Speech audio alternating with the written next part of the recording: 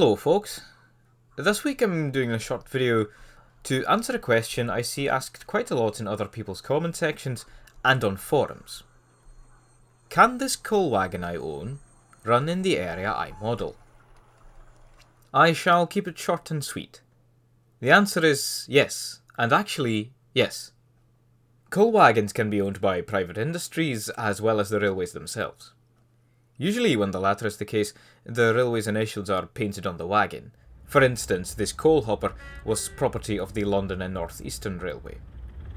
If a wagon was owned by a private owner, that owner would have that wagon painted to reflect as much of their ownership as possible. This could be just simply the name of the coal merchant or a factory, but it could be as out there as this wagon I have here.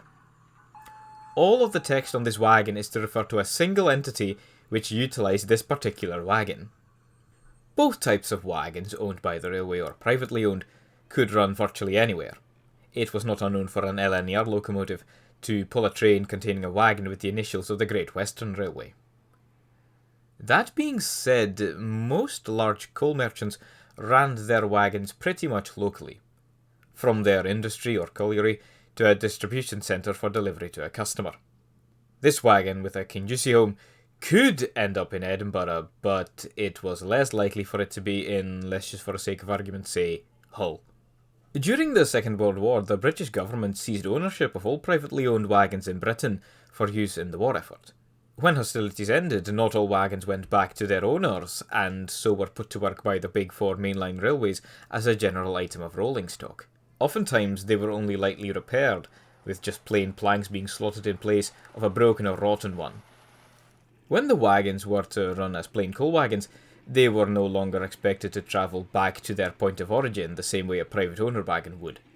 And I keep saying specifically coal wagons, but this could be true of tankers, salt wagons, you name it. Meaning a wagon which could have been from a Scottish colliery could find itself trundling through East Anglia and it would not have looked out of place.